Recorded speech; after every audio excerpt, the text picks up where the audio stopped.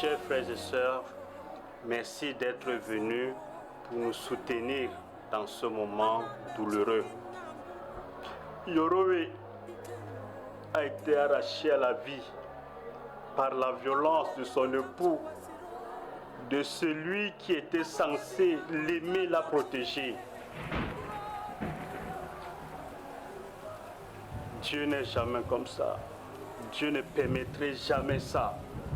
Le Dieu qui nous a créés est un Dieu d'amour, un Dieu qui nous aime, pas un Dieu de violence. Il est contre la violence. Comment pouvons-nous expliquer ce genre de comportement et de situation? Notre fille Yorowe, à un moment donné, influencée par le comportement de son épouse, s'est aussi lancée dans l'alcoolisme et la violence. Elle a tout de suite compris que ce n'était pas le bon chemin, ce n'était pas la solution. Par la grâce de Dieu, elle s'est repentie. Et dans son lit d'hôpital, en ce jour fatidique, elle m'a dit: oncle, dis aux hommes de ne plus battre sur leurs femmes. Hommes, ne soyez plus violents envers vos épouses. C'était le cri de son cœur. Et ce cri est devenu pour nous un message, est devenu pour nous un combat, bien-aimés. Nous ne devons pas laisser que sa mort soit vaine. Son sacrifice ne doit pas être vain. Le souvenir que nous avons d'elle doit nous pousser à briser le silence et à dénoncer les violences. Je vous prie de vous engager avec moi, mes bien-aimés, à porter ce combat pour dire non aux violences.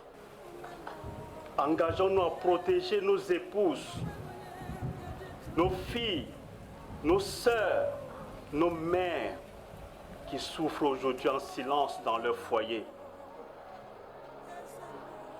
Engageons-nous à faire des foyers, des sanctuaires là où doit régner la paix, l'amour, l'entente, la joie et le respect mutuel. Ce n'est que de cette manière que nous pouvons honorer la mémoire de Yorowe et de toutes ces femmes qui ont perdu la vie à cause des violences. Un vrai homme ne détruit pas une femme. Un vrai homme la protège. Un vrai homme dialogue. Un vrai homme construit. Quand tu frappes une femme, tu frappes une mère, tu frappes l'avenir, tu frappes l'éducation de tes enfants. Et les enfants qui voient la violence grandissent avec des blessures invisibles. Alors nous disons assez. L'amour n'a jamais eu la forme d'un poing. L'amour n'insulte pas. L'amour ne casse pas des os. L'amour ne tue pas. Alors l'homme est devenu un alcoolique. Il a commencé à boire encore et encore.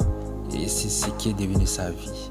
Alors l'homme de ce monde apprenait à écouter au lieu de frapper.